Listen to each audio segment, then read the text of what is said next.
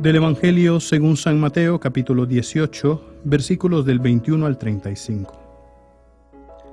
En aquel tiempo, Pedro se acercó a Jesús y le preguntó: «Si mi hermano me ofende, ¿cuántas veces tengo que perdonarlo? ¿Hasta 7 veces?» Jesús le contestó: «No solo hasta 7, sino hasta 70 veces 7». Entonces Jesús les dijo: «El reino de los cielos es semejante a un rey que quiso ajustar cuentas con sus servidores. El primero que le presentaron le debía muchos millones. Como no tenía con qué pagar, el Señor mandó que lo vendieran a él, a su mujer, a sus hijos y a todas sus posesiones para saldar la deuda. El servidor, arrojándose a sus pies, le suplicaba diciendo: «Ten paciencia conmigo y te lo pagaré todo». El rey tuvo lástima de aquel servidor, lo soltó y hasta le perdonó la deuda. Pero apenas había salido aquel servidor, se encontró con uno de sus compañeros que le debía poco dinero. Entonces lo agarró por el cuello y casi lo estrangulaba mientras le decía: «Págame lo que me debes». El compañero se le arrodilló y le rogaba: «Ten paciencia conmigo y te lo pagaré todo».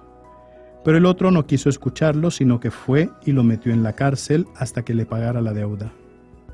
Al ver lo ocurrido, sus compañeros se llenaron de indignación y fueron a contar al rey lo sucedido.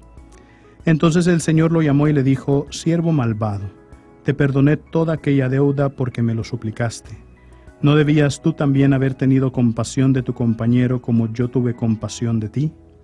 Y el Señor, encolerizado, lo entregó a los verdugos para que no lo soltaran hasta que pagara lo que debía.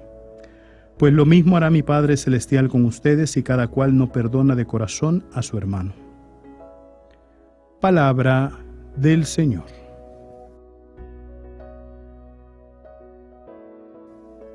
Queridos hermanos, el día de hoy volvemos a tocar el tema del perdón. Dentro de la Cuaresma, el tema del perdón es muy importante, porque es una exigencia casi de nosotros los cristianos. Primero, volvamos a hacer un pequeño recordatorio de cuáles son las actitudes principales, fundamentales del cristiano. Nosotros todos hemos sido hechos, como dice el libro del Génesis, a imagen y semejanza de Dios. Quiere decir que nosotros somos imagen de Dios, que nos parecemos a Dios y que nosotros también somos semejantes, es decir, podemos tener las mismas actitudes que Dios. ¿Qué significa esto? Ya cuando San Pablo define a Dios, lo define siendo amor. Dios es amor. Entonces, si nosotros somos imagen de Dios, somos imagen del amor. Si nosotros somos semejantes a Dios, quiere decir que ese mismo amor nosotros lo podemos recibir y lo podemos transmitir. Por eso, ya cuando el Señor da los mandamientos en el libro del Éxodo, en el libro del Deuteronomio, nos recuerda, el primer mandamiento es el más importante: amar a Dios sobre todo. Jesucristo viene y nos lo dice. Cuando el fariseo le hace la pregunta, ¿cuál es el mandamiento más importante?, dice: amar a Dios sobre todas las cosas y al prójimo como a uno mismo, ¿verdad? Entonces, es decir, recibir el amor de Dios, devolverle el amor a Dios, y la manifestación de ese amor se hace en el prójimo. Entonces, claro, ahí es cuando Jesucristo en el Evangelio de Juan dice: les doy un mandamiento nuevo, que se amen los unos a los otros como yo les he amado.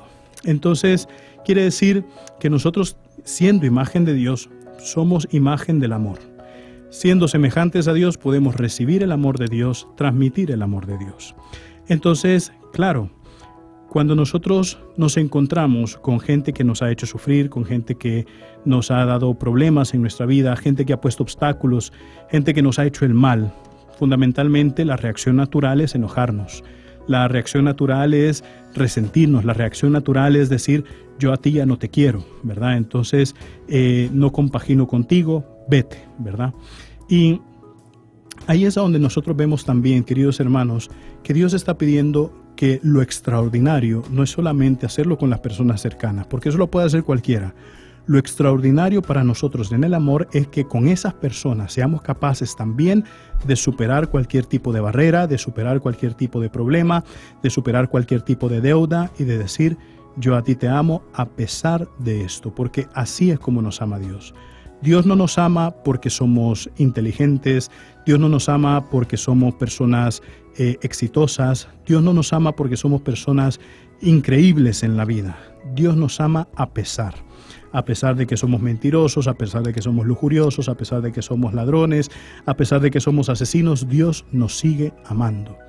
Y por ser imagen de Dios, es decir, que nosotros mostramos a Dios en el mundo, y por ser semejantes a Dios, es decir, que nosotros podemos adoptar las mismas cualidades del Señor, el Señor nos dice, siempre hay que poder perdonar. Y si lo hacen, Dios en el cielo siempre les va a perdonar todos sus pecados.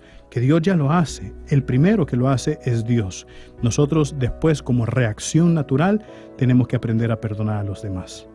Recuerden, mis queridísimos hermanos, nosotros somos lo máximo para Cristo. Así sea.